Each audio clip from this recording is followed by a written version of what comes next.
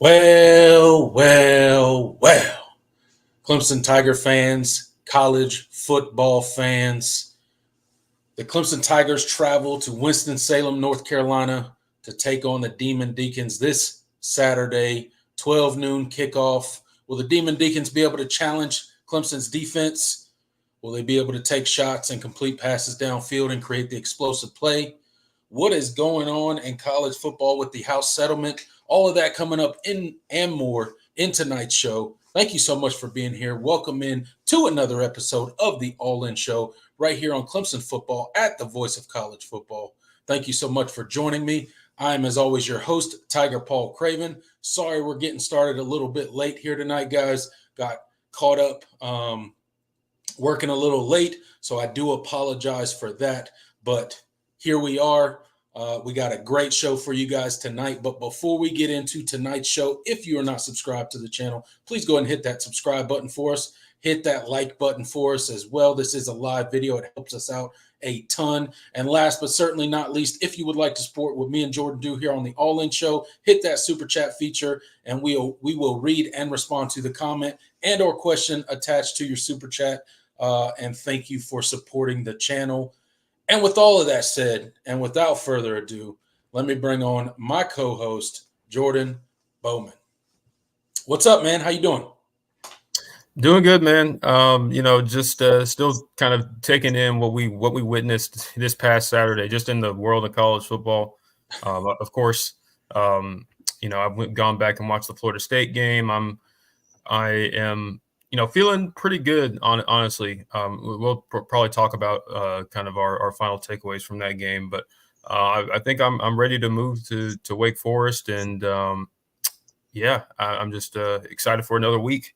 We are almost what is this? This will be the sixth game of the season. Sixth game of the season for the Tigers, yeah. Yeah, we're about to hit the halfway point in the schedule, so that's hard to believe, man. I mean, these college football seasons always last. I mean, it's always the shortest season in sports and the longest off season. So you got to really enjoy the days that you get, the Saturdays that you get. But yeah, each day we're here and each show we do, you got to cherish it. Yeah, man, it's funny because we do this show year round, so the off seasons have become, I guess, much more bearable for us, right? Oh yeah, and a little bit shorter. At least it feels like it for us because we do this show, every week, including in the off season, and we're always talking Clemson football and recruiting and spring and all sorts of stuff, right, during the off season. So it's definitely shortened the off season since we've been doing this show for me. But it's crazy how fast these seasons go, man. I cannot believe that we're already about to play. Well, Clemson's about to play their fifth game of the season, and we're already in week 6 of college football. That's absolutely insane to me. Feels like we were waiting for the Clemson Georgia game not too long ago, and here we are. No, we're on our 6th game, right? Right. Yeah. We're on. I wasn't going to correct you. I was going to let you.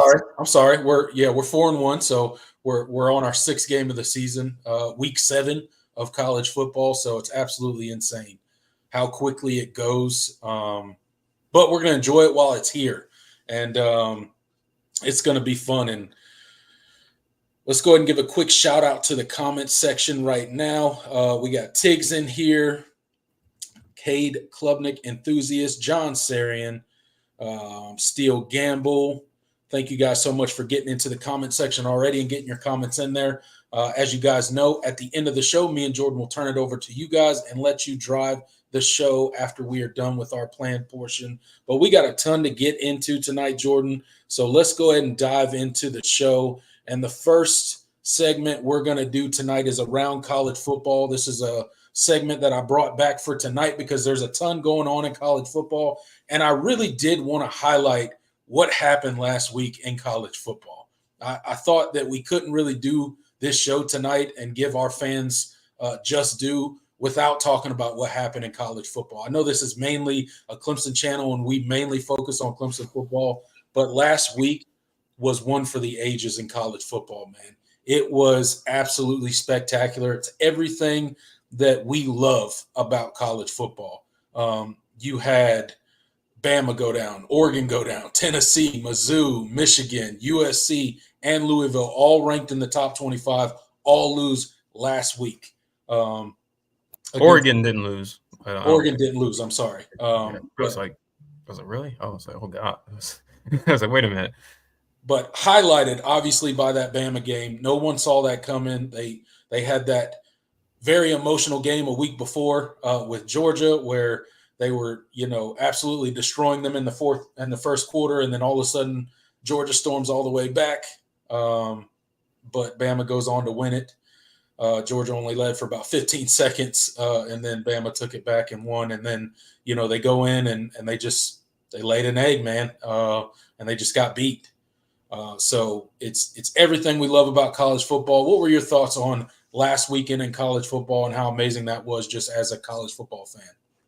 Yeah, man. I mean, it really was one of the more memorable weekends that, we've had. Like, just the sheer fashion in which some of these teams lost to was incredible. I mean, Bama being outgained and outpossessed by Vanderbilt. Vanderbilt held the ball for like 43 minutes to Bama's 17. They ran the football over. That was probably the worst performance I've seen from an Alabama defense. Really, don't remember too much of the pre-Saban days, but I know they had some rough teams back then, but it certainly within the last 15, 16 years, they have not ever played that poorly on defense. That was pretty incredible. And Vanderbilt, their quarterback Diego Pavia had an all-timer of a post-game interview. That was funny. He dropped the F-bomb on live TV after praising God. So that was really funny. And so, man, just it kind of strikes me like just with how wild everything was that we haven't really, the first year of the 12-team playoff, we get one of the most chaotic weekends we've seen in a long time. So, hey, that makes things a lot more exciting. It shakes things up. It was good for Clemson. Obviously, they moved up to number 10. Miami probably should have been added to this list as well. But that's a whole nother story. But, all in all, it was a really, really incredible weekend. You already mentioned, Missouri went down, got demolished by Texas A&M. That one was funny because Missouri fans had been, chirping a little bit. And they had been kind of skating by for a while. So, they were kind of always on fraud watch, but it was interesting to see them get beat the way they did. Washington taking out Michigan, which honestly I wasn't that surprised by because I think Washington played a lot. Probably shouldn't have had the two losses that they did. They've played a lot better than their record. But yeah, they exposed Michigan, who don't have a downfield passing game, very clear. And they're extremely one-dimensional offensively. Yes. USC going down to Minnesota. It's really weird to see a score with USC where the final score is 24-17. Right. USC is still, one of the things that we had talked about. Well, what had been talked about prior to the season was how will USC make that transition from a physicality standpoint to the Big Ten. And, they've had some good win. They went into Michigan and won. No, they didn't. They lost, but they were competitive. Mm-hmm. And, they beat LSU earlier in the season and things kind of were like, okay, USC might be they might be making the transition well, but nope. Then they lay an egg to a Minnesota team that I don't think is that great and lost at home to North Carolina earlier this year. So it's not a good loss either. No, it's not. It's getting worse by the week too. Jesus, UNC. But yeah, just all in all, incredible weekend. Here's to another one. Hopefully Clemson is not involved in making that happen. But that's right. there's a really really good slate of games this weekend as well. So you have an opportunity for some fireworks. Yeah, absolutely. Definitely an entertaining weekend of college football. And like I said at the top, it's what makes college football what it is. It's what makes it so fun. What makes it so entertaining, and what I think is the best sport on planet Earth. And it's not even close. And if you don't agree with me, well, it's okay to be wrong. So, but keeping with the around the college football, the House settlement gets a preliminary approval on Monday. So it's looking like we're getting a few steps closer to revenue sharing. So looking like that could happen as early as next season. Supposed to be finalized in July, possibly. We'll see if there's any hiccups along the way. But that $20 million revenue sharing looks like it's going to be in effect as early as next football season. How crazy is that going to be? I mean, shit. I mean, it really is just a kind of a stark reminder of kind of where the sport is heading. But you know, I'm trying to keep all of that stuff on the back burner. I'm sure you also have on the list that the NCAA is getting rid of the national letter of intent. So Yeah, I saw that, and I was like, wow. College football is going to look nothing like it did, 5 years ago. Yep.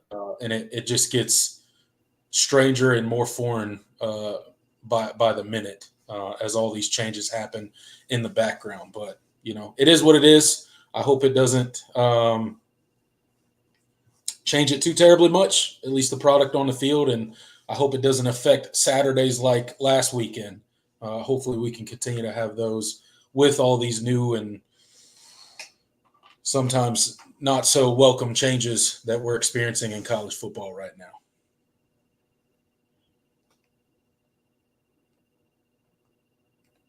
All right, guys, we got 21 people in the live chat right now. Thank you guys so much for being here. Hit that like button while you're in here. Help us out. Bring some more people in to chop it up about Clemson football and college football. And if you're not subscribed, go ahead and hit that subscribe button for us. And as you guys know, our audio, we're streaming on all audio platforms. Clemson Live, search it on wherever you get your podcasts, and you can listen to our long form videos and just have the audio there, whether you're driving in the car or working out or whatever the case may be. Look us up, Clemson Live, on all your favorite audio streaming platforms or wherever you get your podcast. Rate, review, and subscribe over there, and that'll be greatly appreciated. All right, Jordan. It's time for the weekly injury update for the Tigers. This is getting better by the week, thankfully, for the Tigers. I feel like we're in a much better position than we were a couple weeks ago when it comes to the injury front. First and foremost, shout out to Adam Randall. Apparently, he was ready to play again last week. They held him anyway. Obviously, they were going to try to hold him if they could, and they didn't, need him against Florida State. So he did travel, he did dress, but he did not play. Same thing for Colin Sadler. He did travel. He was ready to play, but they held him and they were able to. But that's absolutely insane for Adam Randall to have a foot surgery, regardless of how invasive or non-invasive it was, to already be back and ready to play. And I assume that he is going to play at least some, maybe limited snaps, but I'm assuming he will play against Wake Forest this Saturday when the Tigers come to town. So shout out to him for just battling back. I was hoping that he wouldn't be out very long, and thankfully he wasn't. I hope he looks ready. I hope it doesn't limit him the rest of the season. I can't wait to see how he performs against Wake Forest. Tyler Brown getting work back in slowly, got some snaps last week, limited snaps, but, did get a little bit of action. Same thing with Peter Woods, played. I think he only played like 20-ish snaps in the game, so he was limited on his snap count as well. But looks good out there. Looked like the Peter Woods we would expect. Already mentioned Colin Sadler. Harris Sewell, still day-to-day. DeMonte Capehart, he was playing in the game as well, but a little limited still, I think. So as far as I know, that is the injury update for the Tigers. What are your thoughts on where we're at on the injury front heading into the Wake Forest game? Yeah, I mean, really, the goal for this team is just to continue to get healthy and get guys back. I mean, this is probably the softest stretch of your schedule for sure.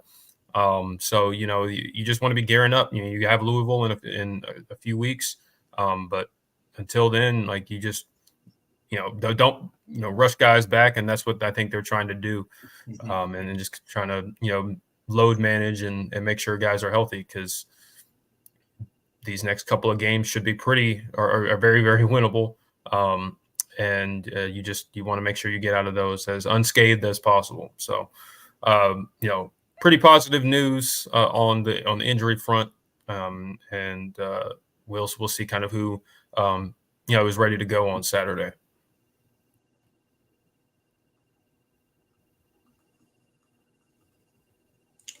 Yeah. So looking good, trending in the right direction. I'm excited to see Adam Randall on Saturday. I hope he's fully healthy and ready to go, and maybe we can get him that second touchdown of the season and of his career as a Clemson Tiger. And we'll be right back after a word from our sponsors, guys. College football is even more exciting with some action on the line. And the games are even better when you're cashing in. And the Voice of College Football is the place to be to get the greatest value. Let's start with my picks. 75% against the money line, 58% against the spread. I've got a 40-year track record. In fact, in 2023, at $100 played per game, you would have netted over $9,300. And guess what? I'm just the warm-up act. Steve Merrill, our ace in the hole, show stopper from Wager Talk. 6 years with the Voice of College Football, over 30 years in the industry. Steve gives us analysis on all the big games, but you can't miss Steve's weekly under-the-radar pick, which went 21-5 against the spread the last 2 seasons. I repeat, 21-5 against the spread. You also get picks from some of our top analysts here at the Voice of College Football, including Steve Dace and Matt Zemek. Become a YouTube channel member or Patreon member for just $99 per month. Go to the main channel on YouTube, click join, and select the betting tier. Do the same thing on Patreon. Make 2024 a winner now. All right, guys, you heard Mark Rogers there, Voice of College Football Bets. Go check out the Patreon if sports betting is your thing, and that's what makes you excited and able to watch some of these games on Saturday. Go check out Mark and the rest of the people that he has over there, giving you guys some good insights and possibly some good bets that you could transition and make a little bit of money off of. So good luck with that. All right. Time to turn the page, or time to put a bow on the FSU game. Give our final thoughts. We've both gone back and watched the game. We've had a little bit of time to digest what happened in this game, the good and the bad that happened in this game. So, the offense, Jordan, moved the ball well. You can't take anything away from the offense, put up 500 yards of total offense. The caveat to that is they didn't finish in the red zone, right? We had to settle for 7 field goal attempts. We hit 5 of the 7. We did win the turnover battle, did not turn the ball over, so that's always good. Cade Klubnik definitely protected the ball. Defense, stifling in the run game. FSU only produced 22 yards on 23 attempts, so less than a yard per carry for the Seminoles. You can't be mad at that. And then special teams, right? Hoosier hits 5 of 7 field goals. The 2 that he missed were completely not his fault.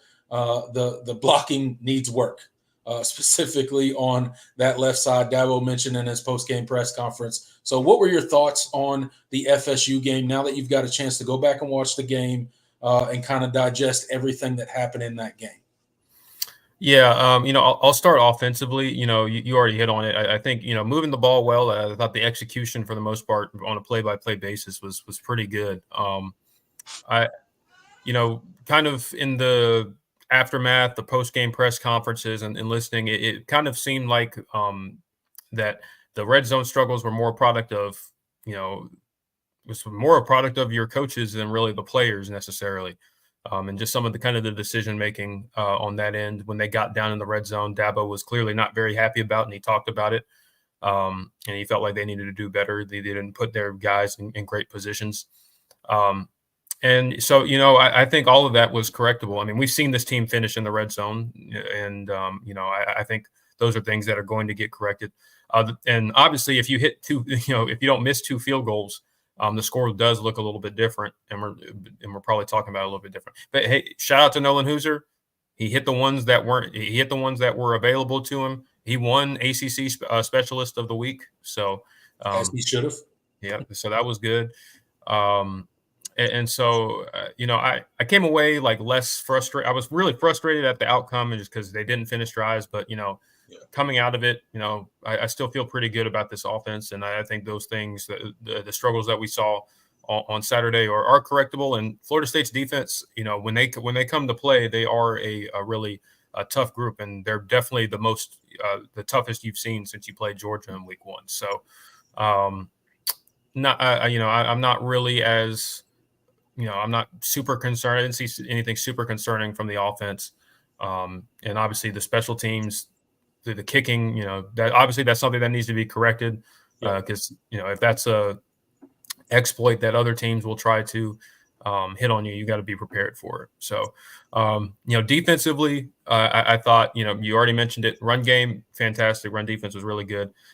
My frustration, and it's kind of a parallel of the offense, like where they didn't finish all the time. Like they could have gotten, there were moments where they could have gotten off the field and just they didn't. And it let Florida State kind of feel like they were in the game more than they should be.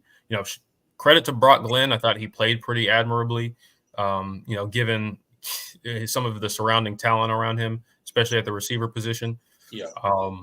But I felt like Clemson could have had a better performance, and they left some meat on the bone. And again, I think that was more of a product of guys not executing at times, whether it's guys not being gap sound or not really gap sound, but guys not being cognizant of their assignment, guys being out of position or being slow, like. When Florida State, when any time a team goes 4 for 4 on 4th down, it's not ideal. So I just felt like they needed to finish drives better. And they weren't all 4th and 1 either. No, they were not all 4th and 1. Some of these were 4th and medium, 4th and long at times. So that just has to be cleaned up because I don't think that it was really a problem with like the play calling or anything. And I felt like the pass rush was inconsistent at times.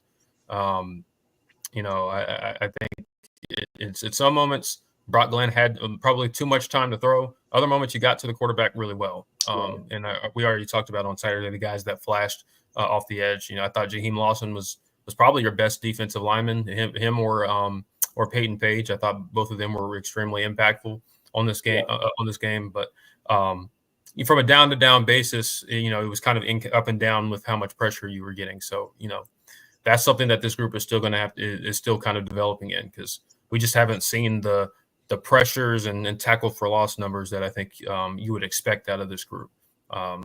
So all in all, still good performance. You won the game pretty comfortably. And the final score doesn't really reflect how much better you played.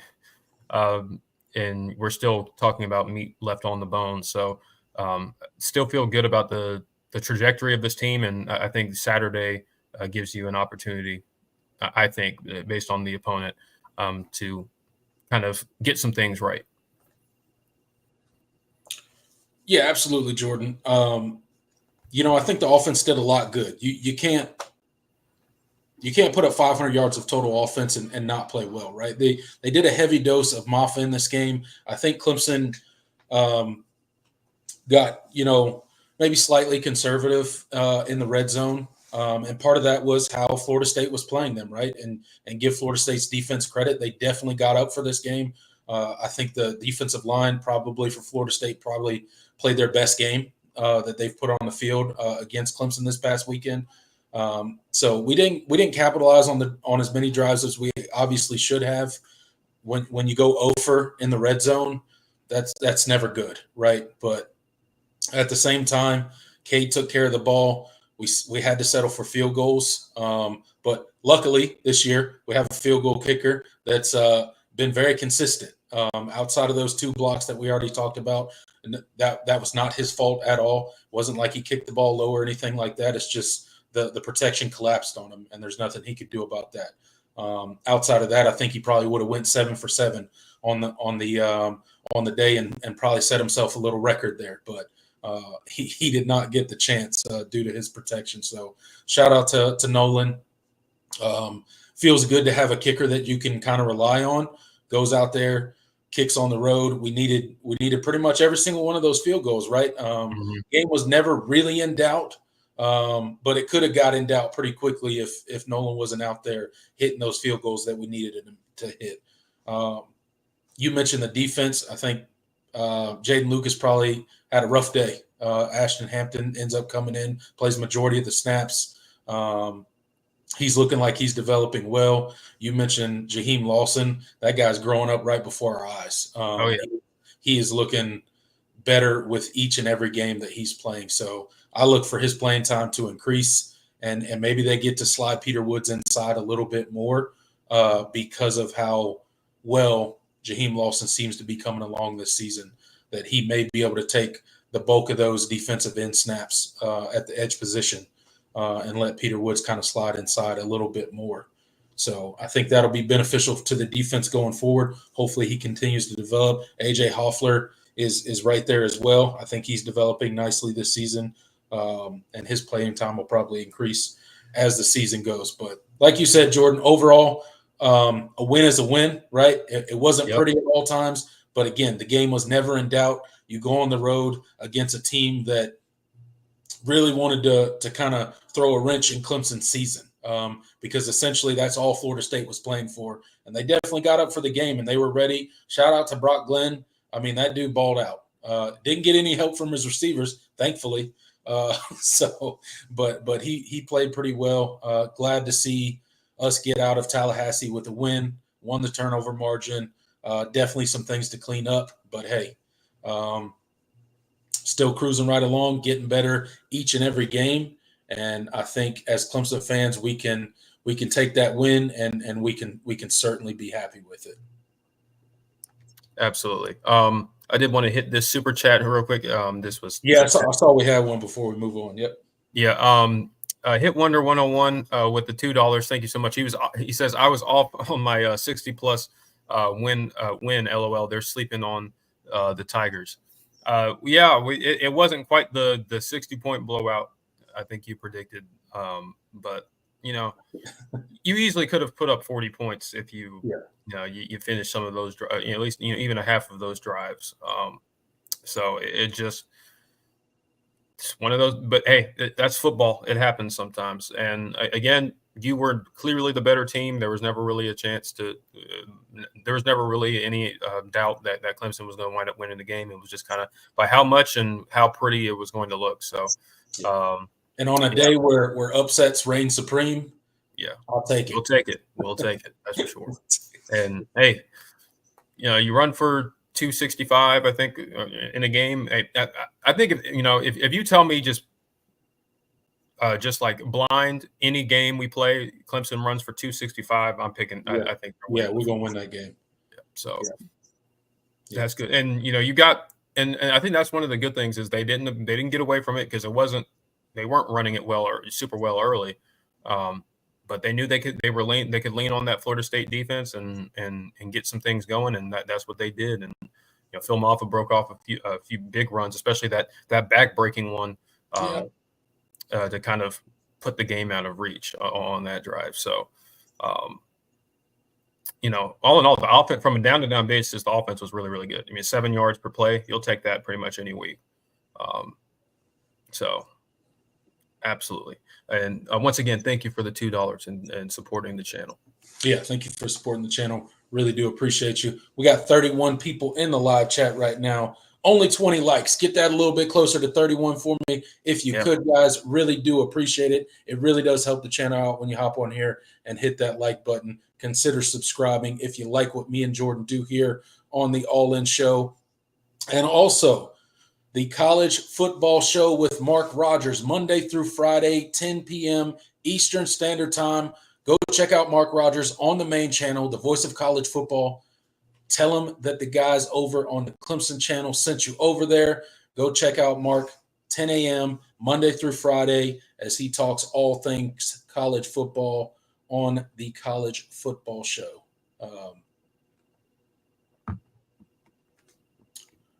Okay, Jordan. We've talked about FSU. We've put a bow on it. It's time to turn the page to Wake Forest. Clemson travels down to take on the Demon Deacons this Saturday, a noon kickoff. The Wake Forest Demon Deacons come in 2-3. Clemson's coming in 4-1. They are coming off a pretty big win against North Carolina State. They go into to Raleigh and they steal one from North Carolina State, so they're coming off a pretty big win. They do have losses to Virginia, Ole Miss, and the Louisiana Raging Cajuns. So let's go ahead and dive into the Wake Forest preview. What's your kind of overall thoughts on Wake Forest just coming into this game before we kind of dive into the weeds of what they'll present from a matchup standpoint? Yeah, when I look at this Wake Forest team, I mean, I don't think this is a typical 2-3 football team. I do think this team is probably a little bit better than their record. They've been kind of unlucky so far this year. They've lost 2 one-score games that they easily could have won. Yeah. They blew a 13-point lead against Virginia a couple of weeks ago. They missed a game-tying field goal against Louisiana that would have sent it to overtime. So there's just some. This team is probably a little bit better than their record would indicate. I think their biggest thing, obviously, if you look at their box scores, it certainly has been, and their defensive numbers, it's certainly been the defense that has kind of plagued them this year. But I think this is more like a Dave Clawson football team than the one we saw last year, where they were just listless offensively, really poor offensive line, not very good quarterback play. I think they've righted some of the ship there on that side of the ball. I think the offensive line has definitely taken a massive step forward from last year. They brought in Hank Bachmeier from Boise State, and actually he was at Louisiana Tech this past year, and at Boise State before that. And he started a lot of football, and he's kind of steadied the ship, and he runs that offense really well. Obviously we talk about that slow mesh. So, yeah, I mean, I think this is a team that has a lot more going for it than probably their record would indicate. And they certainly have a really balanced attack offensively that Clemson is going to have to contend with. And defensively, I think there will be a lot of opportunities for Clemson to exploit matchups there. But if Wake Forest can score with you, then you might be in for a game. But other than that, I think this is a team that Clemson is going to have to come in, and I don't think they can sleepwalk through this game.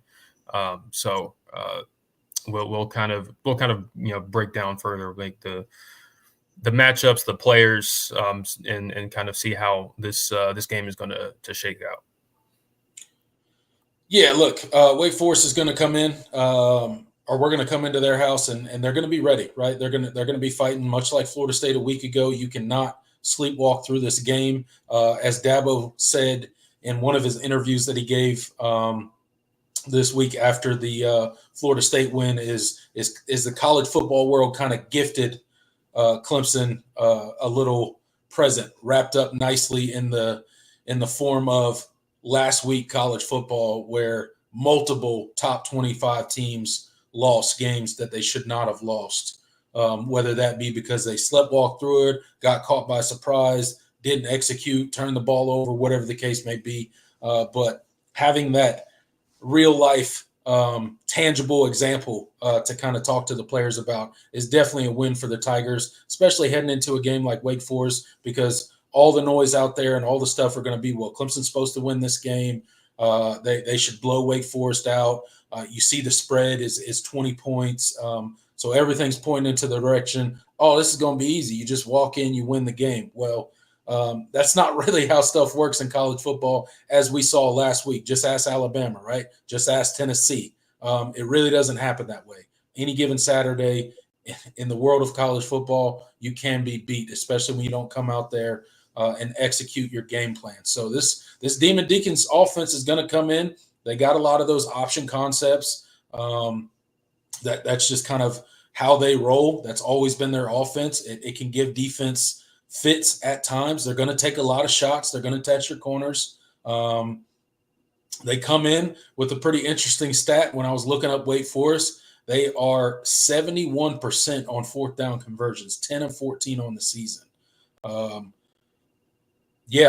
defense better clean that up, because we let Florida State go 4 for 4 last week. So clean that up. They have given up 13 sacks, average 151 yards rushing, 279 passing yards, got 7 passing TDs, 10 rushing TDs, and average 4.4 yards per carry on the season. So Jordan, kind of breaking down this matchup between this Demon Deacons offense and this Clemson Tigers defense, what do you see Wake Forest, how are they going to try to exploit this defense, and what does Clemson really need to focus on in order to slow down this Demon Deacons offense? Yeah, so I mean, we spent some time just now talking about the Wake Forest passing game a little bit, and kind of, you know, how they've improved from last season. But when you watch this football team, their offense still runs through their run game. Mm-hmm. Damon Claiborne is one of the best running backs in the ACC. They are going, when they get in a pinch, they're going to lean on him. When they needed to win that football game against NC State last week, it was the Damon Claiborne show, and they really leaned on him in both the run and the pass to kind of get that offense going. And so I think the first thing for this Clemson defense is stopping the run. You have to be, and that's what makes it really difficult, because that slow mesh, Hank Bachmeier is going to keep the ball and for a really, really long time, and they always have RPOs and glances built into their into their run game. So it stresses your linebackers and really just the second level in general. But also your defensive line has to be a lot more patient. Can't be caught, over pursuing or getting out of their gaps. So that's going to be the biggest thing is winning up front and limiting that run game. Because I think you take your chances. I think with this Wake Forest passing game, while I think they have some talented receivers, they're dealing with the loss of one of probably their best, most talented receiver in Donovan Green. He's been limited. Did not play last week against NC State. I believe he got hurt against Louisiana. He will not play in this game, which I'm very I don't want to say I'm happy about. That sounds bad. But I think for the Clemson defense, it's definitely a load off your shoulders, because he is extremely talented. Averages almost 18 yards a catch for his career. The last time you saw him was actually in that 2022 double overtime win. And he had 100 plus receiving yards and 2 touchdowns. So him and H.C. Perry were kind of eating you alive. So that was the Nate Wiggins grow up game right there. Yeah, that was the Nate Wiggins grow up game. Yeah, Donovan Green, really talented player, but he will not be playing in this game. Of course, they still have Taylor Morin, 8th-year senior. It seems like he's been there forever. I think he's about to break half of Wake Forest for receiving. If he hasn't broke their receiving career receiving records already, he's pretty close. He's been there a long time. Really reliable slot guy. He's going to be Hank Bachmeier's go-to guy when they're in a pinch. He is their leading receiver. And then they have a couple of guys behind him in Horatio Fields and Deuce. I'm forgetting his last name. 2 really young guys. I cannot think of his last name. Huh? Alexander. Yeah, Deuce Alexander. Thank you. That they're really high on, and they have some talent. I think they're going to end up being pretty good football players. But I think if you're Clemson, I think first things first is stopping Damon Claiborne, because he is a load and he is extremely difficult. And if they're getting the run game going, it's going to make things all that more difficult in terms of the pass. So winning up front, stopping the run, it should be the first and foremost priority for this Clemson defense. And I think you take your chances. And if they beat you over the top, without their true number one vertical weapon, so be it. So I think you have a chance. I'm actually more concerned about this matchup than I am on the other side of the ball. Because we've seen this Clemson run defense be porous at times, and if they're having success and not, and guys are not filling their gaps, you could be be in for more of a struggle than the point spread would suggest. Yeah, absolutely. Look, the defense is going to have to be really disciplined in this game. You're going to have to be gap sound, like you mentioned. Your eyes are going to have to be in the right place. These option concepts, they start running that slow mesh. You're going to have to blow up that slow mesh, right? You're going to have to start with, to your point, stopping the run, right? And if you can blow up that slow mesh and keep discipline, gap sound, keep your eyes in the right place and limit them in the running game, it'll turn into a long day for that Wake Forest offense. But if they start getting chunk plays on the ground and then they're going to start taking shots, it could turn into a very scary game for the Clemson Tigers. So the defense is going to have to be extremely disciplined, come in with a good plan, got to get pressure from your front four and really affect what they like to do with that slow mesh and some of those RPO and option concepts that they like to run so much. And how you combat that is pressure, staying disciplined in your gaps, and then obviously blowing up the run game. Just like you did last week, holding FSU to 22 yards. Clemson's going to need a similar effort this coming Saturday against the Demon Deacons. Set the edge, not allow stuff to get outside of you, and you'll be able to control the game pretty nicely if the defense can make that happen. Yeah. But transition into the Clemson offense against this Wake Forest defense. Obviously, the Clemson offense has shown the ability to win a couple different types of ways so far this season. They've shown the ability to be extremely explosive and hit plays over your head and having receivers run wide open and Cade Klubnik just dropping throws all over the place. And then they've shown the ability to last week just kind of lean on Maffa, right? It was kind of the Maffa show against Florida State. Last week he goes for over 150 yards rushing. The offensive line has obviously improved quite a bit against throughout the season. Matt Luke's effect has been greatly felt throughout that room, and we've seen it produce on the field. So what's your thoughts on this Clemson Tigers offense? How are they going to attack this Wake Forest defense, and what are some of the things that Wake Forest is going to do to try to limit what the Tigers do on offense? Yeah, when you look at this matchup, certainly I mentioned it and pretty much hinted this Wake Forest defense is not particularly good. In fact, they're one of the worst in the ACC. I think there are a lot of things to be had. So I think it really just is. From a football standpoint, I think it's don't overcomplicate things. Do what you do well, and I think you should be able to have success. They have not shown much resistance against anybody this year. Even NC State controlled much of that game. This past week, and they Wake Forest kind of put it together in that fourth quarter to win it. And NC State has not been a particularly good offense either. Right. So I really think their pass defense is, I believe, like close to 120th in the country. I think there certainly will be plays to be had if you especially if you correct some of the issues from last week. I think there will definitely be more opportunities for explosive plays because they can get aggressive at times. And so I'm not going to I'm not going to go into a whole in-depth, schematically they're going to do this and this and that, because I don't really see much of a path for them to have a great day. I think if Wake Forest is going to have a chance in this game, they're going to have to score right with Clemson. Mm-hmm. And so, I just it's not one of the and one of the things I've noticed is usually Wake Forest has had some poor defenses in the recent past. They've had some good ones too, but one thing I've always felt like they've had is at least one or two NFL caliber defensive linemen.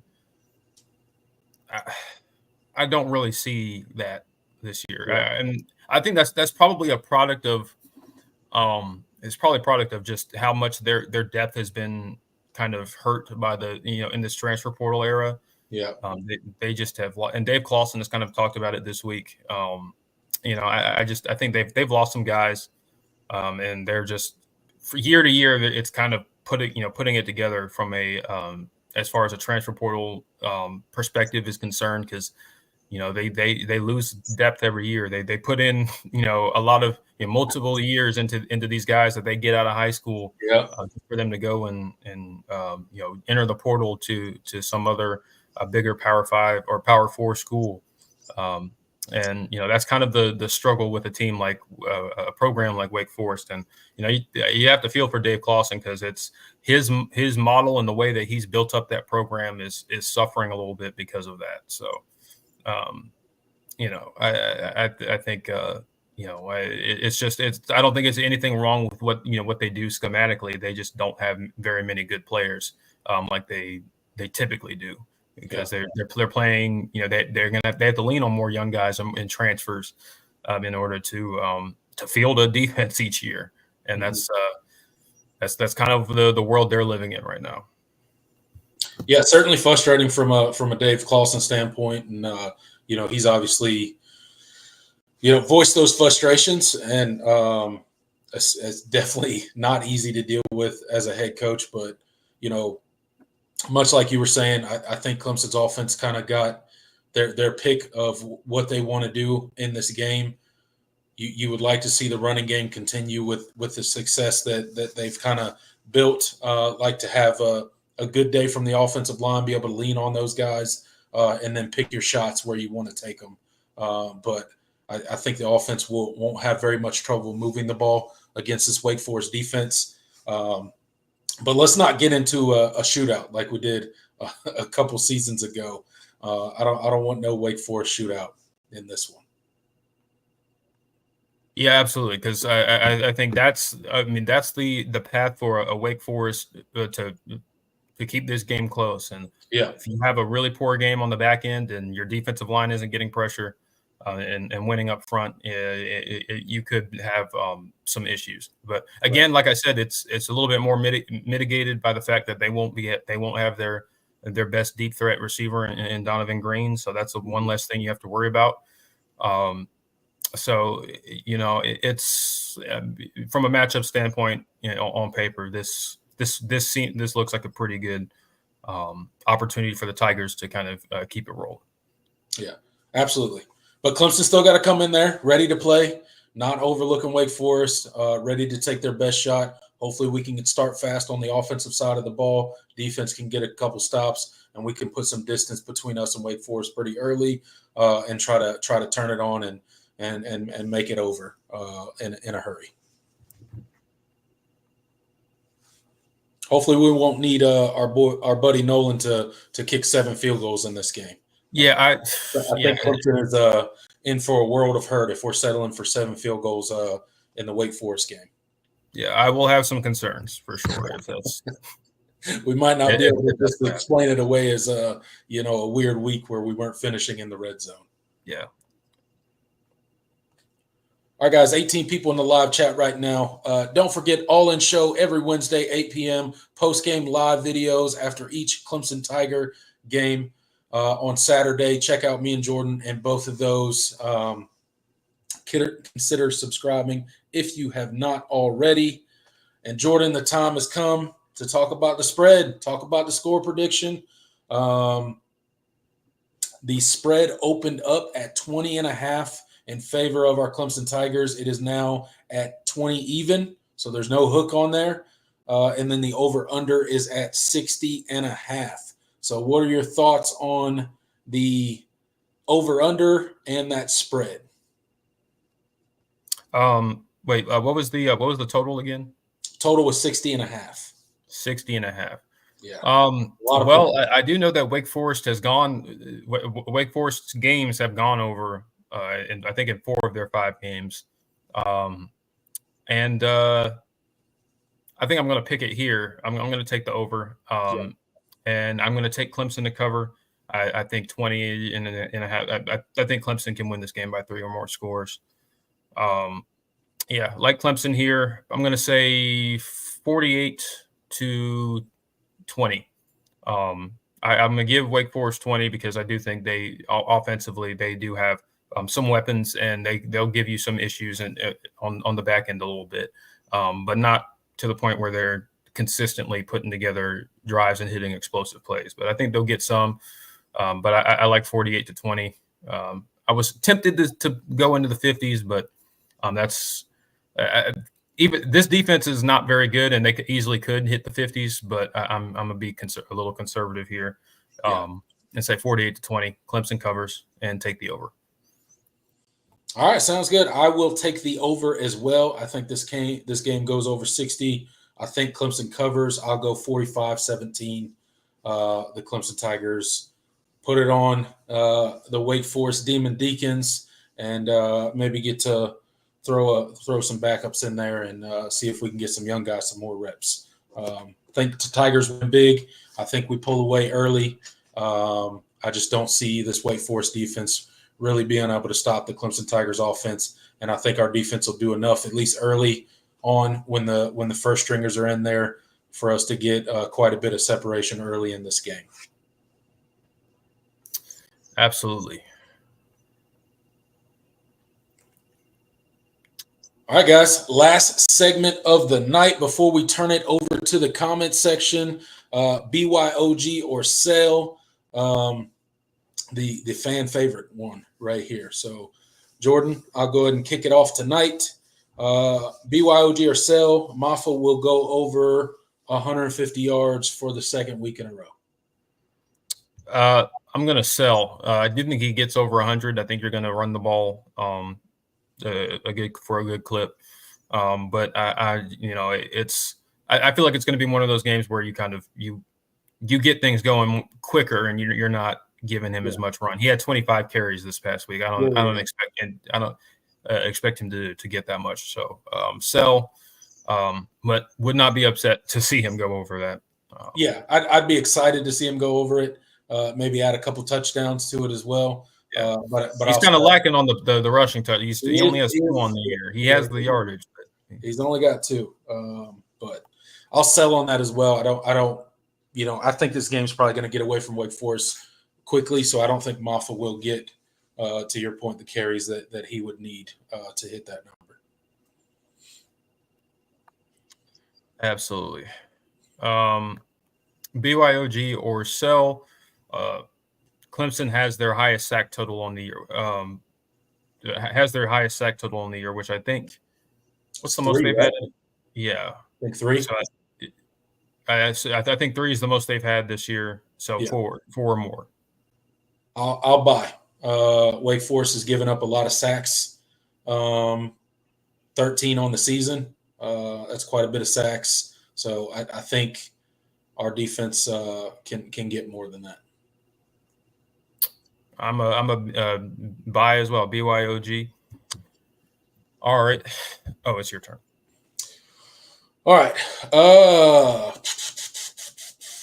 Let's see.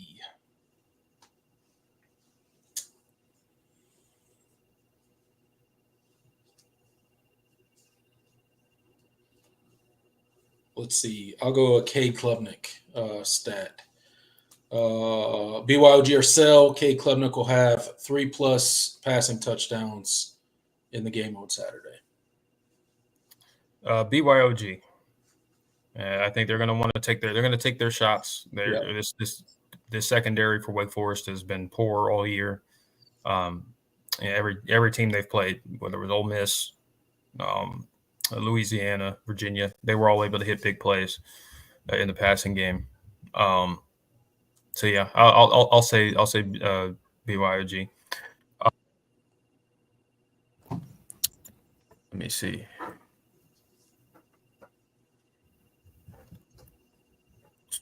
I had one and I lost it.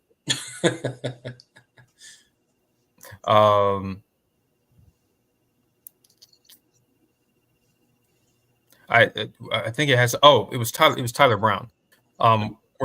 We're finally gonna see a multi-catch performance from Tyler Brown in this game. I will buy. I think he got a little bit of run last week. Not very much opportunity, but he got a little run last week. I think his ankle's probably feeling a little bit better. They're working him in slowly. I think Wake Forest could be, maybe a somewhat of a 2024 coming out party for Tyler Brown. I think it's got the potential coming off of injury. I will say BYOG as well. I think that's. I need it. I need it just to see it because we see everybody else get some love at least somewhat this year, and Tyler Brown is just kind of. I mean, just with the injuries, he has not been able to get going. Yeah. So I really want to see it.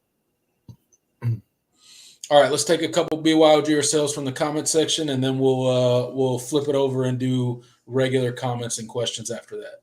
Yep, let's do it. Tiggs with BYOG or sell. Clemson has 2 wide receivers go over 100 yards receiving. That's a good one. I'm going to sell. We have not seen the volume for anybody this year to get for one person to get over 100 unless they have an explosive play. Have we had a? I think Brian Wesco is the only. Well, no. Who has had an 100-yard receiving game? Well, no. Antonio Williams did again. He did against NC State, didn't he? I know for sure Brian Wesco's had 2. Let me see. I think Antonio Williams had one against. I believe it was NC State. And I think Jake Brenningstool has had one. Was that against App? I think it was against App. Let me see.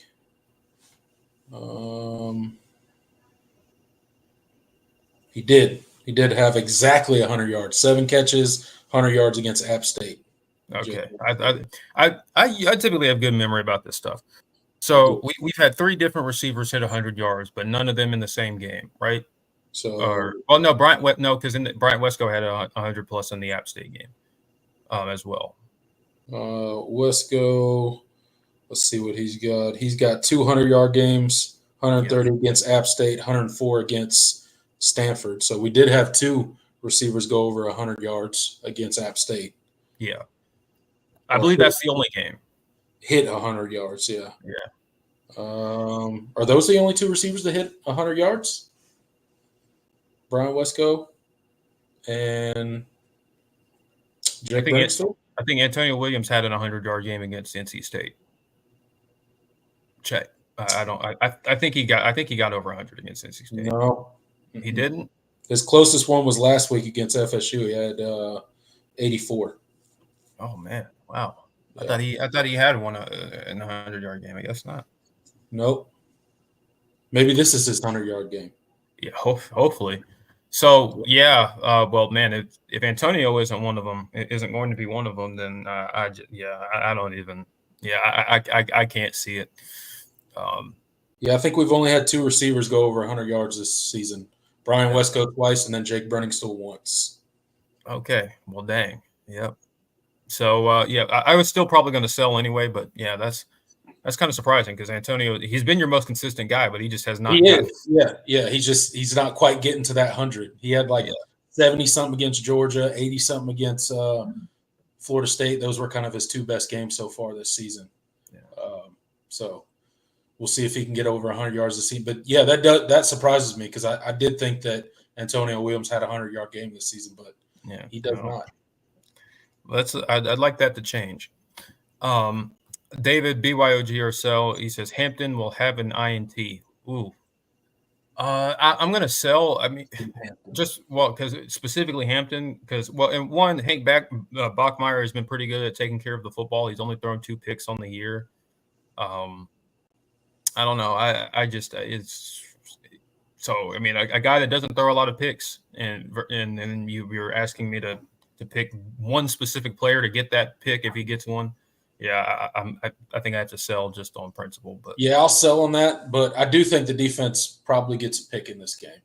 Yeah, I think I'll get it. Yeah, I just don't know if it's Ashton Hampton that gets it, but one of those guys back there will get it. Maybe maybe Terrell, maybe Ashton Hampton. I don't know. Could be one of the safeties. Who knows? Yep. Jay with a BYOG or sell. The Clemson defense plays a full game for the first time this season. Well, depends on what you mean by full game, because I don't know. I'm a sell because I don't think the ones play probably the fourth quarter at least. So, but if by a complete game you mean, we don't show any signs of some lazy play that we've seen out of the defense this year, I'm still going to sell because I think they will show that at times in this game, especially if Clemson gets up big. It's something that Clemson's defense has put on tape consistently this year. And until they prove me wrong, I'm going to say that they'll show some of that lazy play. Yeah, and it's also just kind of like it depends on what you mean by complete. Because I mean, I think technically you played a complete game against Florida State. I mean, you gave up 250 yards, 3.9 yards per play. They didn't, only 13 points. I mean, that's a good on the surface, like objectively speaking, that's a pretty strong defensive showing. Yeah, for sure. Obviously, they're beyond the stats. There were some lapses. But even that last drive that Florida State was on, yes, the game was over. Did it matter? Did those 50-plus yards they had on that last drive matter? No. But you still saw some of that, like, just lackadaisical, not finishing plays, the shit. And I know watching the guy make the catch, scramble up, and you fight for another. That's just it's just like, what are we doing, man? Like, and I know the game's over, and you're nitpicking, and in the grand scheme of things, it doesn't matter. But like, that's just like. Clemson's defense has kind of showed that, far too often this year. So. All right. I think that's going to do it for the regular comments or the BYOG or sell comments. I mean, let's make that transition over and see what you guys are talking about. Turn the page to the regular comments. Don't forget, guys, the super chat feature is available. If you want to guarantee that your comment and or question is read and responded to during the live show.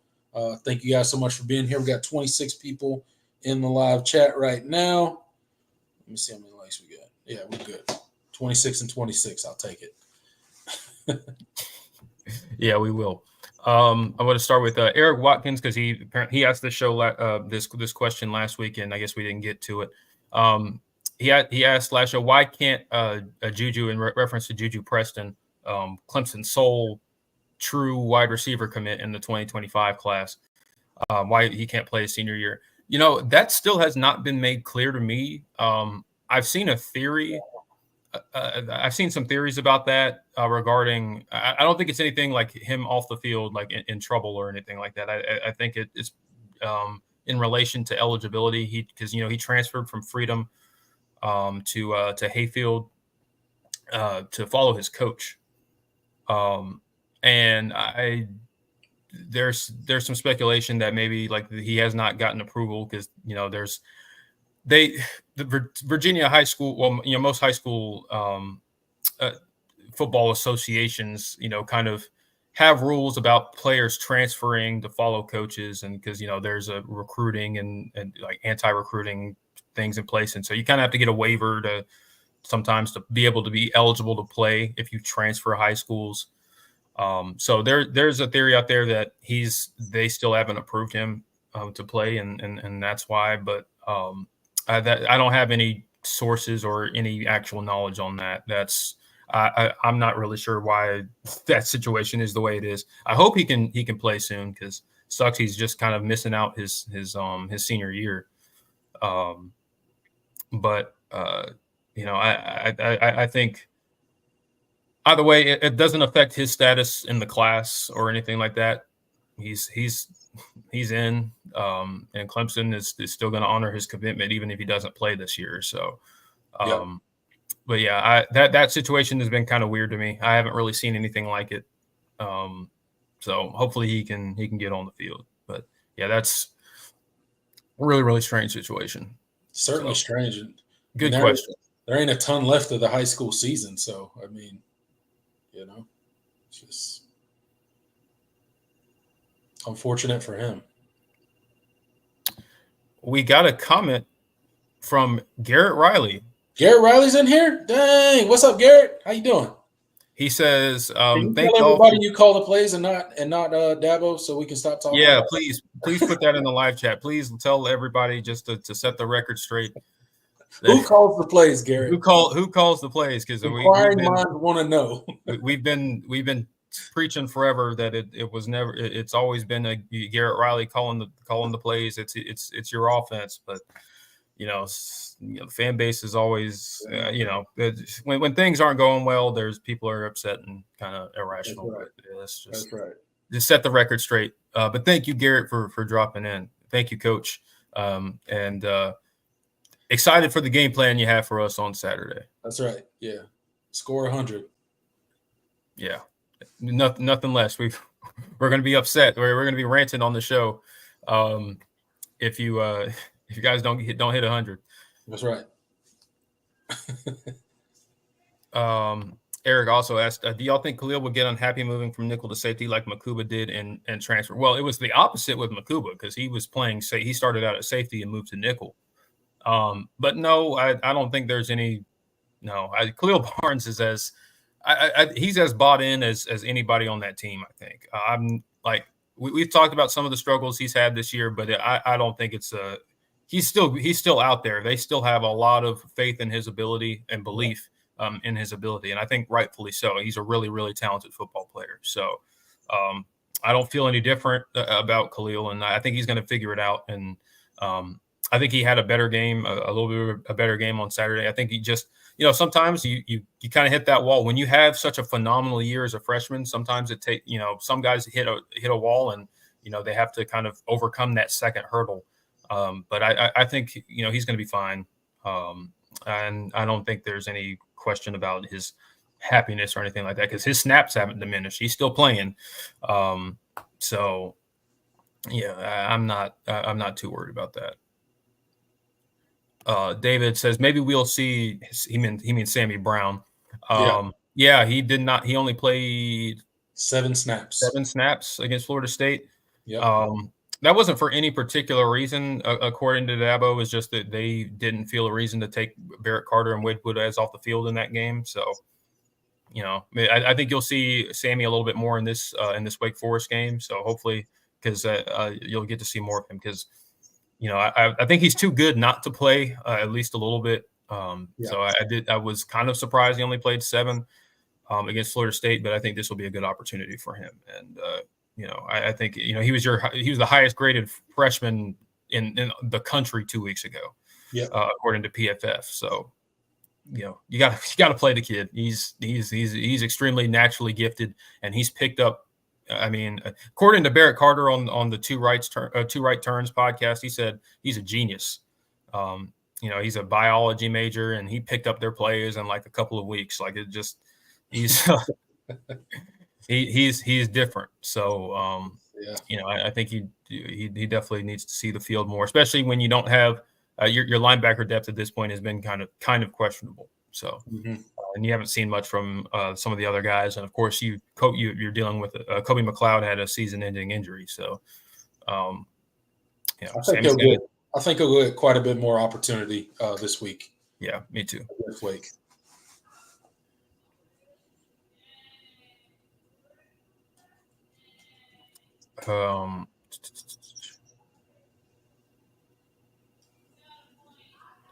Texas Clemson needs to stop the backward pass, push the ball downfield or laterally. Well, I haven't seen too many backwards passes from the Clemson offense. They've been, they've certainly, the screen game has been really effective this year, which is what you want because it opens up everything else. And it forces defenses to defend the entire width of the field. And, they've had no problems pushing the ball down the field. They've taken their shots, so I don't think that's a question. I think you'll see more of that on Saturday. Yeah. Garrett says we are in the spot where we need to be in offensively, and I believe you. And I'm really happy with where things are. John says, not taking anything away from the offensive line and Luke, but how much do you think Cade's offseason training, spending time with both Mannings, helped his settling in and playing his best ball? Well, it certainly didn't hurt. That's for sure. And that's the one thing that we talked about over the offseason is like we weren't worried about whether or not Cade was putting in the work. It's just whether it was going to translate to the field, and it certainly has. And the stuff we were hearing in spring and fall camp about the explosive plays and the growth that had been made and all of that, you were still kind of on the fence. And obviously the game against Georgia, we were like, oh, okay, here we go. But it really has just been, almost an epiphany the last few weeks, and just really, really pleased with Cade and his development and how he's processed things as in his second year in the system. He's been everything Clemson's needed him to be so far this year. And excited to see. I mean, he's not a finished product either. So no, he's not. He's gonna get better, and that's probably one of the most exciting things from a Clemson fans perspective is Cade's gonna get better, and it's gonna continue to grow throughout this season. And the jump that he made, from the offseason is, I mean, yes, Clemson's better around him at receiver. Yes, the offensive line is better. But Cade as a quarterback is so much better than he was a year ago. His decision-making, his ability to take care of the ball, his ability to know when to give up on a play and when to still try to extend it, the way that he uses his legs to escape the pocket and pick up positive plays on the ground has been a weapon for this offense this season. He's not putting the ball in harm's way a ton. Only 2 interceptions on the season. I mean, it's great. It's night and day. He's a night and day quarterback, and I'm sure you can attribute it to a lot of things, but obviously what he did in the offseason affected, him in a very positive way, whether that was, hanging out with the Mannings or doing his offseason work and, going out to California and working with, his name's escaping me right now. What is it, Jordan Palmer? Yeah, Jordan Palmer. Jordan Palmer. Yep, there you go. Working with Jordan Palmer. Whatever he did a lot of things. And I think you can just, as Clemson fans, just be thankful for Cade's work ethic and his, self-awareness to know and look at last season and be like, I need to get better. Me personally, I need to get better. Right. And ask yourself this question, like how, if you take this version of Cade, this year's version of Cade, and put him on last year's team, how many games do you think they win? Yeah. I think they win at least a couple more. Absolutely. I think they do. Because he's not even with personnel limitations. Right. He's not going to turn the ball over, I think, at the rate that he did last year, which is where we lost several games because of the catastrophic turnover, right? Because of Cade holding the ball too long and not knowing when to give up on a play. Playing some of that hero ball is where we kind of went wrong last year. And it wasn't all on him, but some of it was. And he's not doing that this season. So I think, you at least win a couple more games last season with this version of Cade. But I'm just glad he put in the work and had the self-awareness to do so. And I'm excited to see what he looks like when his time is done at Clemson, because I think he's probably going to turn out to be a pretty special quarterback for us. And if you would have asked last year, we probably wouldn't have felt that way. But, guys grow, guys develop, and thankfully he did. Yep.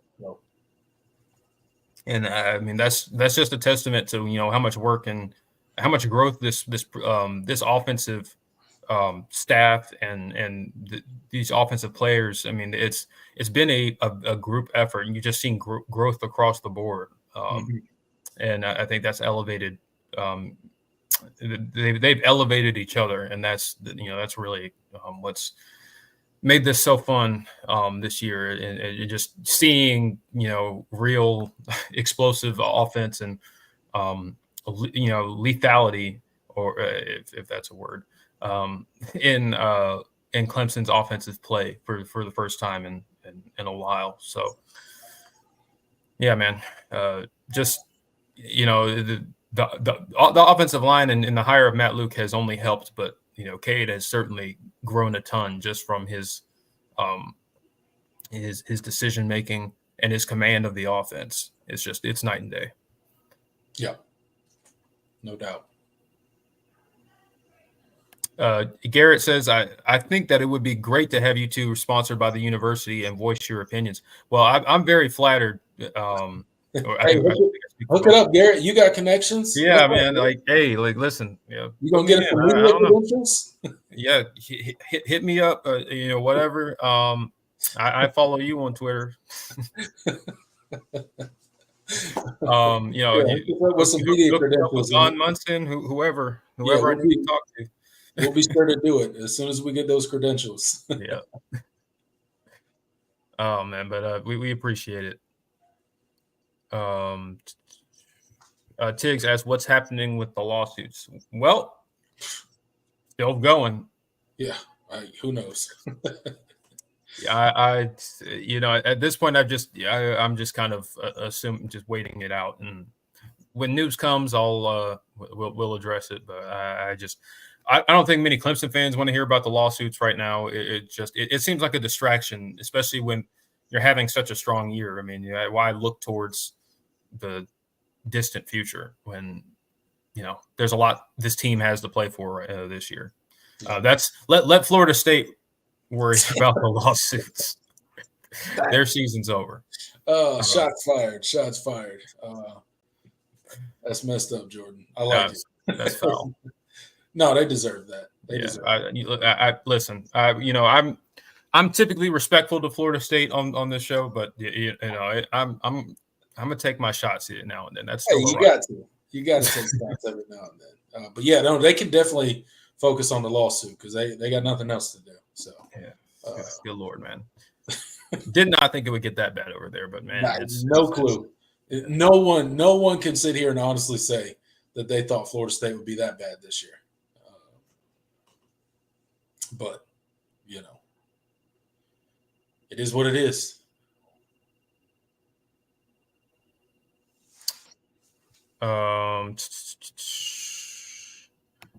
Sammy kind of cheating with another BYOG or sell, but I'll grant him this one.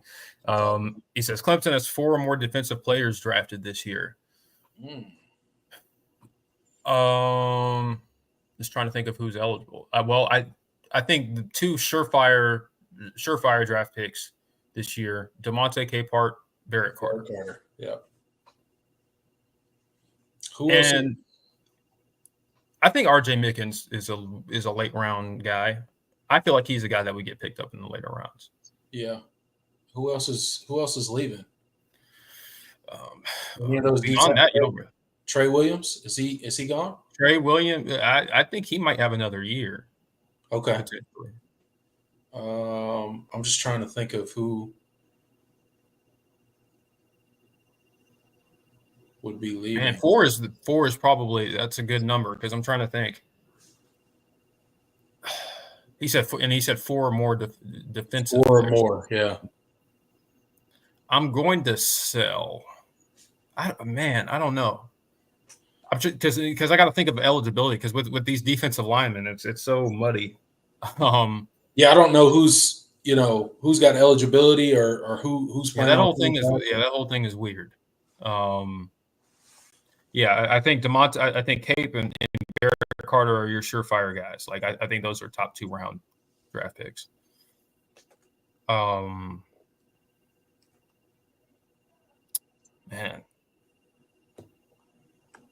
And then I think RJ Mickens gets drafted. I think he's been too good of a football player. Like I don't think he's a high end draft pick because of his measurables and all that. He's not like a super athlete, but he plays the safety position really well. has been just a solid multi-year consistent starter. That has a place on any NFL roster. So it's thinking of a fourth guy is the tough part, because you have Peyton Page and Trey Williams are your older guys in the defensive tackle room. You don't have anybody off of the edge group that's either eligible or I think is getting drafted. No. Oh man. You don't have anybody. Wade Woodaz. I think you're good. I think you're going to have him another year. No, he's coming back. I don't see him leaving. Yeah.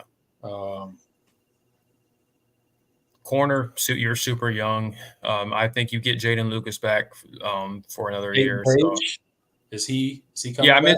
Peyton Page and Trey Williams are the guys that are. I think those are your really only options. Those two could, if they're out of eligibility and they do go pro, I mean, I think they could be drafted. I don't think they would be, high draft picks, but they could go in the later rounds. I think. Yeah, mid to late rounds. Yeah, for sure.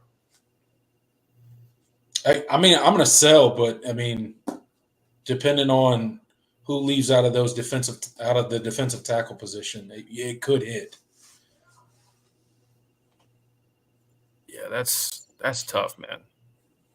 That's good. That was a good question. That was a good. I like that one.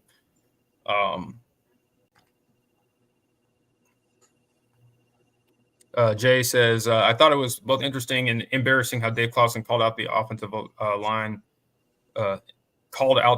improvement year over year. I'm assuming. YOY. I'm assuming that means year over year. I'm not really sure what he's. I don't know what Dave Clawson said. I didn't hear his whole. I remember, I saw the stuff he said about Dabo, but I didn't watch his whole press conference. So Jay, you can clarify on what you mean by that.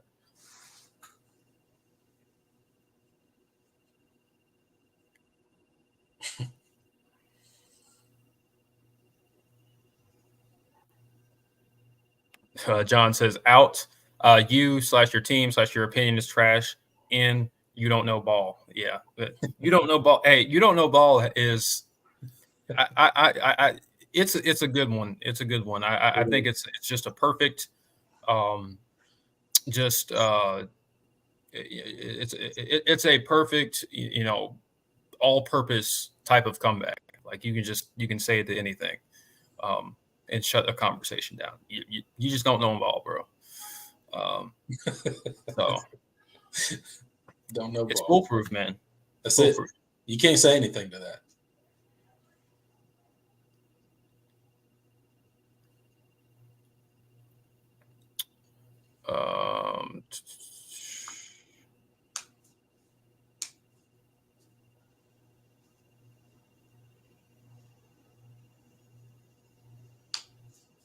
Let's see. So he basically said the biggest difference with the team is how well coached the OL is this year. Well, and I think it has been. I mean, yeah, they've given up sacks, but I think all in all, they've played a lot better than they did last year. They've given Bachmeier more time for the most, and they've definitely run the ball a lot better than they did last year. Yeah. So I think they are improved. So I don't think that's crazy to say. The offensive line is a significant improvement, I think, over last season. So take that as a compliment. Garrett said, as I've worked with Klubnik, I've noticed many new great traits, all starting with self-confidence. Well, I mean, it shows on the field. So that's for sure. Very clear. Very, very clear. Cade Klubnik's out there playing fearless. That's for sure. Garrett says, well, I better go before my wife, Lindsay, chews me out. Take care, fellas. Well, thank you, Coach, for stopping by. Yeah, go work on that game plan. I don't know what you're doing in here. Yeah. Go work on that game plan. Yeah, if we only score 20 points on Saturday, we know why. Yeah, you better be back. Yeah, you better be back. You're going to have to answer. Oh, man. That's too funny.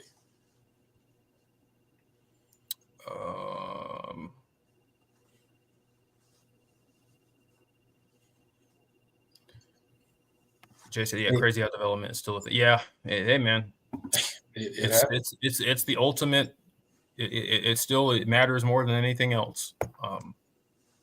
Doesn't matter what you do with guys if you can't get them to play. So that's football has always been and always will be a developmental game at the end of the day. Joseph says, personally, I think Capehart has helped our team out more than Peter Woods. They've both been impactful in different ways, and I think Cape has been that steady presence. When he's healthy, so it's hard to say steady, but he's been that steady presence in the middle. Just he's so good, eating up blocks. He's not always the one getting to the quarterback, but man, when he puts his hands on somebody, they move. He's been in the most important. He's probably the most important anchor of this defensive line for sure. Like I think you're not nearly as good on the interior if he's not there.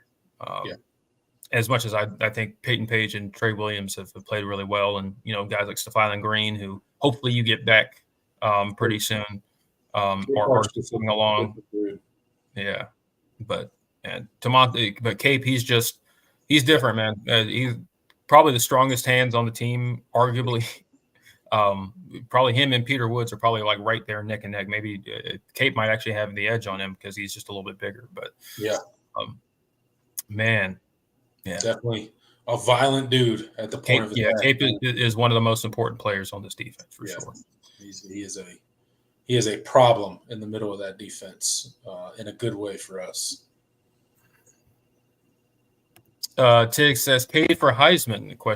Yeah, I mean, never. I don't think he's going to win it, but he's shooting up the Heisman odds. I think he's top 10 on FanDuel now. I think he's like number 9 or something like that. So, don't even look at his stats. All you need to know is he's a Clemson quarterback. He'll never make it. That's true. Yeah. But yeah, I don't think there's a realistic path for him to win it. And not with the way Ashton Genty is, or Genty, however you pronounce his last name is playing right now for Boise State, and Travis Hunter is balling out. But Cade he's acquitted himself really well. I don't think he's going to New York or anything, but he's definitely been one of the top quarterbacks statistically right now in the country. And being in the odds tells you what kind of season he's having. So yeah, we'll take it. Especially we don't need him to win it. Well, and especially when you consider where he was not even really on the list, but in the preseason. No. And now he's ahead of guys like Nico Imaleva and Carson Beck, and so it's like, that's pretty significant, man. Yeah, so we'll take it.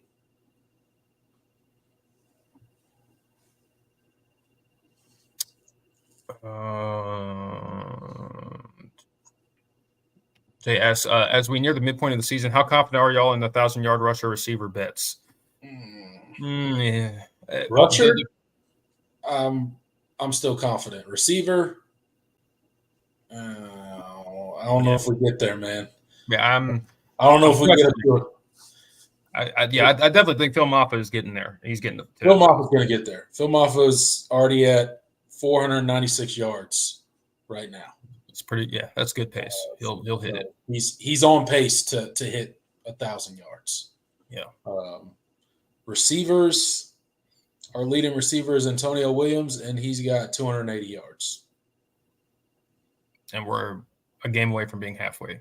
Yeah, and after Saturday, we will officially be halfway through the season. So yeah, not looking great. I don't know if we get there. I don't. But it's not for the reason that would be upsetting, because we're spreading the ball around. Yes, yeah. So we'll take that any day. But it would have been nice. It would be nice to get an 1,000-yard receiver this year. It's not looking very likely because we've had a different guy really. Antonio Williams hasn't had that breakout game, and other guys they've had spots here or there. But and the ball has been kind of evenly distributed, and it's not even. I don't even think it's really intentional necessarily. That's just kind of the way this offense has operated, and the guys that you have this year. And Dabo has talked about it with the receiver room. I mean, this week he was talking about how, you're probably going to see quite a few different starting lineups in terms of receivers, because each week it's like another competition, because we just have we have like seven or eight guys that we feel like can play.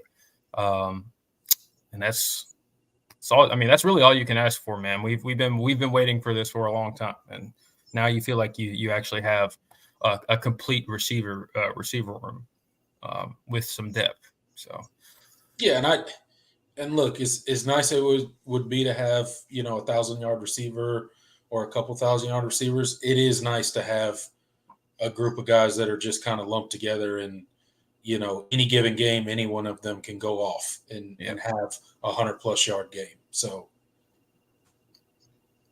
I think that's probably better for the overall scheme of your offense, to have a bunch of dudes that you can count on and go to at any given moment. But definitely on a stat sheet, we haven't even gotten Tyler Brown going as we keep. And you know what I'm saying? Yeah, Tyler Brown. And Dabo talked about it. He was like, "It's like you guys haven't really asked about Tyler Brown this much, but you will once we get him going." You how much he's not got going this year. He's got 5 catches for 30 yards on the season. Yeah. So maybe this is the game where he kind of takes off a little bit. Yeah, I'd be happy with it. I hope so. Yeah, Eric asks thoughts on Vic Burley. Word was he was going to play as much as Peter last year. Yeah, I mean they felt really good about him. I think that it's just been working him back in. He's just, the injuries have been a nagging thing, and I don't think he's 100%. I still don't think he's 100% right now. And so they're just kind of, they haven't needed him to play a lot, and I think they're just going to try to work him in. I think you'll see him more in the back half of the year, at least a little bit. But I think they're not trying to rush him back in, because you have such good depth in your defensive tackle room right now, and your guys are playing well and they're healthy. So hasn't been a reason. And obviously with Stephylon Green not being tearing his ACL his freshman year, he probably is a leg up in terms of his development right now. Obviously he had the concussion this past week, but all in all, he's just been farther ahead because he's had more reps. So, I think we'll see more. I'm not selling my Vic Burley stock. I think he's going to be just fine, and I think we'll see more of him when the opportunity, when they feel good about kind of where he is. Sammy says Jamal Anderson definitely needs to gain some weight before next year. He looks like a skill position on the field. Yeah, I mean, I think that's part of what his development has kind of been, is because, I mean, he's a really, really great athlete. And I've wanted to see him more, because I think because of the upside, just throw him out there, let him make some mistakes if you have to, kind of like you've done with Sammy. And well, I mean, Sammy he's definitely been less, mistake. You haven't really seen him, blow a ton of assignments, but I don't know, man. You're going to need Jamal next year, really badly next year. So I don't know. I mean, I definitely want to see him more for sure, and we'll kind of see how his development, continues to take shape, because I still think the ceiling is really high for that kid. So, and I think you're going to need him, and they're going to redshirt CJ Kuba Taylor, but I think he's going to be a guy that's really, really good in the future. Of course, you still have Joe Wilkinson as well. So, hey, man, I think could be is shape. I think the linebacker room, the linebacker core. You have a lot of young pieces, but you're leaning really hard on your veteran leadership right now, which it's not necessarily a bad thing. But of course, maybe in these next couple of games you'll get to see more of them if you can, get off to those hot starts that we've gotten to see a little bit this year.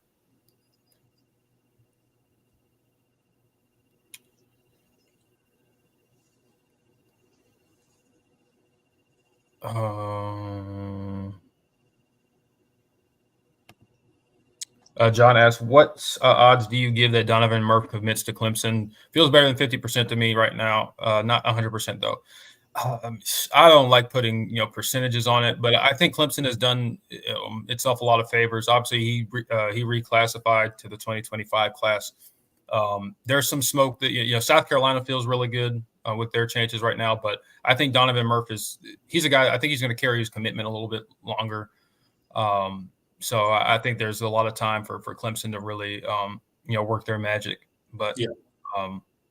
I mean, I think they've done as well as anybody in recruiting him right now. So they got a good shot. Yeah, I think they got a good shot. Don't really feel good about putting a number on it because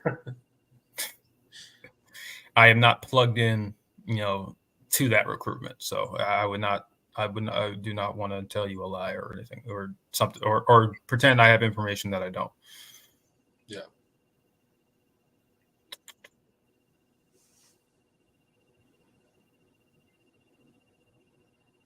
Yeah, people talking about South Carolina. Yeah, they have 5 wide receiver commitments in their 2025 class at this point. Yeah, with the addition of Malik Clark and Jordan Gidron, who also reclassified from the 2026 class.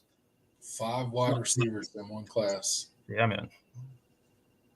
They need them because that room is not particularly great. No, I know. Right now, Mazio Bennett's a good player. Trying to get Lenore Sellers some help. Yeah, but they don't. They have their receiver room. They've been kind of hit or miss for me. They definitely need an influx of talent. And Nick Harbor he's been a non-factor for them. He's still a long ways to go from being a receiver that's really playable.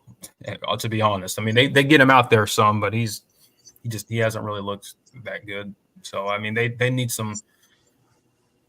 They need an influx of talent there. So they're going all South Carolina. How about Shane Beamer and his red shirt guy? Yeah, that was weird. Bang, whatever his name is, Kamara, the linebacker.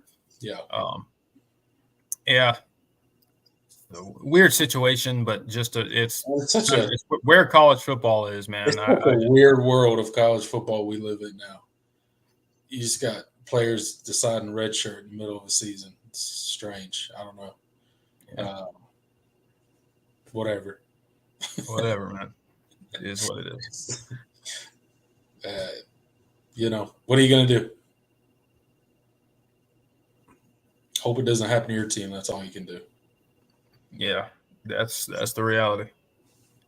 Eric says, praying we land Tyler Atkinson. One could, I mean, Clemson they've thrown their hat in the ring, but he's going to be one of the most coveted players in the entire cycle. He is elite. He is the elite of the elite.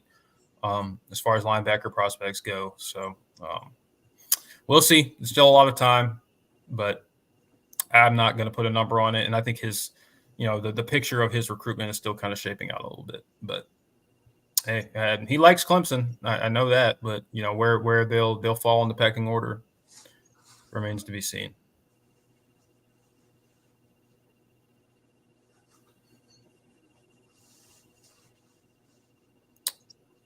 John jokes. So will 5 wide receivers be enough? Yeah, maybe not. Who knows? Probably not. I probably need about 10 of them.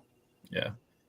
Kate Klubnik enthusiast. Boys, I'm going to the game on the 19th, looking to witness Clemson win for the first time in person. Currently 0-3. Oh, that's all right now. All right now, Trey. Don't be manifesting nothing now. What game you going to? What game's he going to? That would be the Virginia game, right? Oh, that would be because that would be next week, Saturday. You ain't allowed to go. Give your tickets away. Nope. Can't go. Yeah. I'm I'm afraid for anybody. 0-2. See, he's already manifesting. He says he's 0-2, but he put 0-3. See, he's already manifesting a loss. Yeah, I don't know many people that have losing records when going to Clemson games. We haven't lost them very much at home, so that's impressive. Unless one of those 2 losses was not at home, but that's really unfortunate if they were, because we have not lost very much at home. Yeah, that would not be good, John. No way Dabo would let this team lose to Elliott. Yeah, it would. Man, that'd be bad. His first time back in the Valley since he left. Mm-mm-mm. If we do lose, I'm blaming it directly on Jay Klubnik enthusiasts. We know exactly who to point the finger. He gonna have some restitution to pay. Yeah. He said you'll find me face down in Lake Hartwell if we lose. I might join you, brother. I might join you. That would be something. John asks, what's your score prediction in the Bama versus South Carolina beatdown? Game. I think it'll be 52-10. Yeah, I don't think it's going to be pretty. Bama's about to take all their frustration out on South Carolina. Yeah, South Carolina got a terrible draw on that one.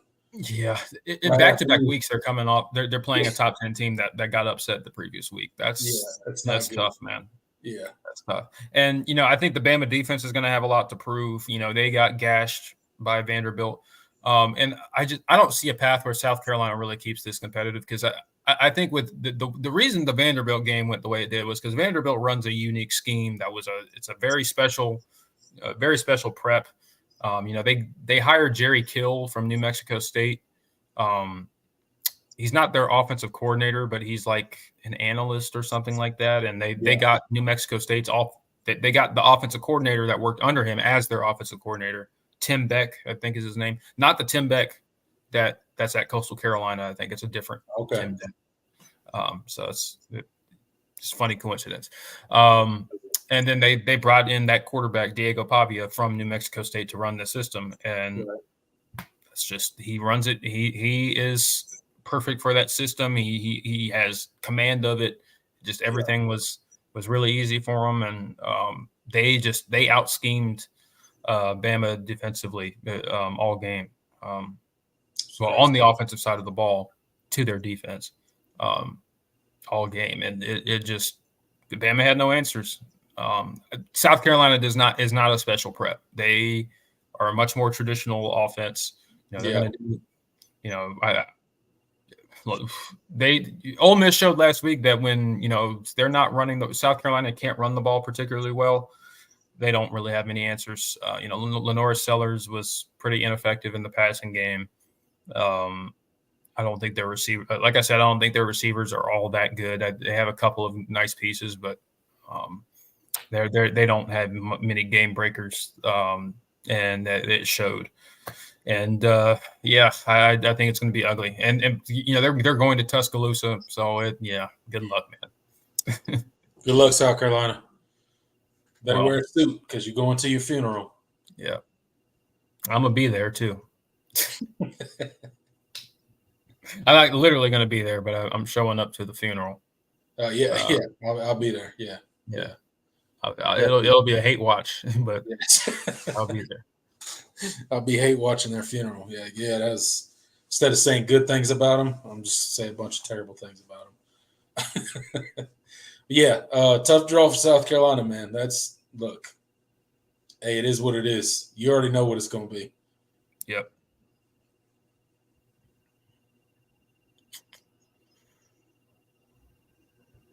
Sammy asks, we'll do a couple more and then we'll get on out of here. Sammy asks, do you think Adam Randall or Cole Turner will hit the portal after this year, since their spots have already been taken by people younger than them? I mean, we've talked, I don't like, speculating on guys hitting the portal, but I mean, one thing I do know is that I think Adam and Cole are committed to this program. I'm not saying there's no chance they transfer, but they're both playing. Like, when they're healthy, they're both getting playing time. It's not like they've fallen out of favor. I mean, you saw Cole Turner make a really nice catch in that Florida State game. Really great throw by Cade. Like, that was like big time throw. Like, I think they both have a place in this offense, and they're still going to get opportunities. So I mean, I don't know. I'm not ready to say that. And they're both true juniors, so it's like they could come back next year and,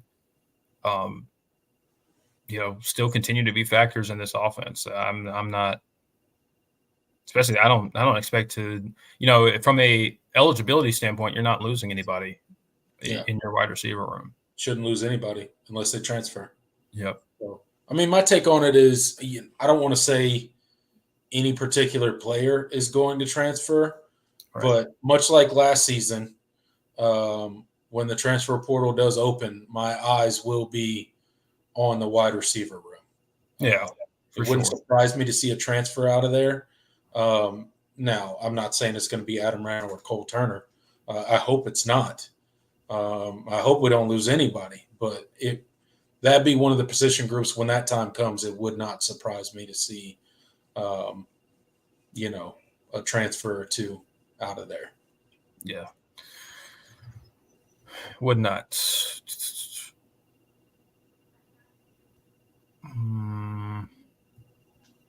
It closes off. Jay says, I think I've experienced only one loss in my time, and I've been to at least 20 games. Perks of being a student during the glory years. Yeah, man. I have not been to a Clemson home loss. I don't think. Well, maybe when I was, I think when I was younger. When I was younger. When I was a kid. Not any time recently. Not very many, but I've been to one or two as a kid. I was. Oh, you know what? I was at the Miami game in 2010 that we lost. I think I was at when I was a kid. I was at the Maryland game, and we lost. I want to say it was Maryland. I don't remember though. Pretty sure it was Maryland. I don't know what year it was, but I was pretty young. Yeah, I cannot remember. I think that's the only home loss. I think that's the only home loss I've ever been to. Was that game? The Miami game. That's the only one I can think of in 2010. I was because we 07 we won 07 A&M, or not 07 05 A&M. That was my first home game. Trying to think. I can't think of anything else. I was not at Florida State in 2013. I wasn't at Pitt in 2016. We didn't lose at home when I was a student. Was not at South Carolina 2022. I was not at Florida State last year. So yeah, can't think of. Yeah, I can't. I did 2010 Miami is the only one I can think of. But yeah, I've been pretty lucky, to be honest. I've been to a lot more wins than I've been losses. Yeah, for sure. As have I. All right, y'all. I think we're gonna close it out there. Wet Sox asks how old are y'all, bro? I'm 25, so but I can't think. I was really little. I can't think of many Clemson losses. The only one I can remember vividly that I was at was Miami in 2010. But I may have been to more, but I cannot remember for the life of me. Yeah, I don't know. I can't remember it was a Maryland game that I went to. Probably, I don't know which year it was. One of them years where they came to Death Valley and lost. I'm 35, so I'm not that old, but I'm kind of old. I feel old sometimes. Man, you're not there yet, man. You don't get to. You got to wait. You got to hit at least.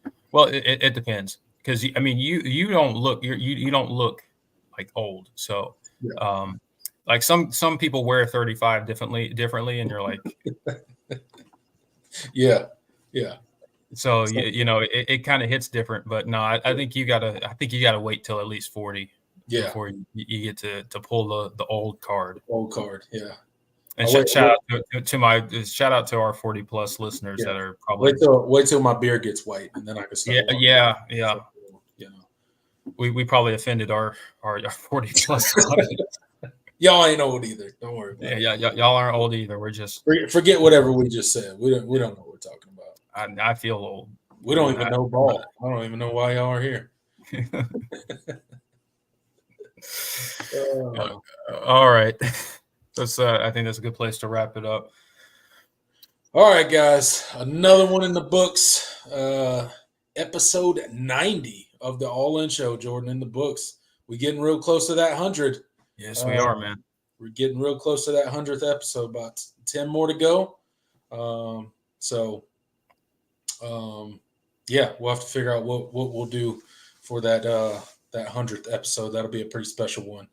But appreciate all you guys being here tonight. 27 people still in the live chat, 2 hours in, hanging out with us. Really do appreciate every single one of you guys. All the people that are consistently in the comment section, each and every live show, much appreciated. You guys don't know what it means to me and Jordan for you guys to be here every single week, listening to what we got to say and then getting into the comment section and, talking amongst each other and asking us questions and all that stuff. It truly is greatly appreciated. Yeah, absolutely. We couldn't do this without y'all.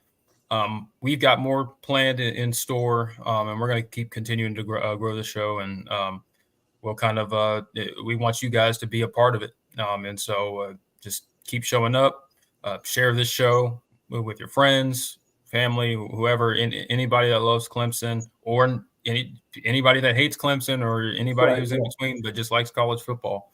Because we really feel like we're building something special here, and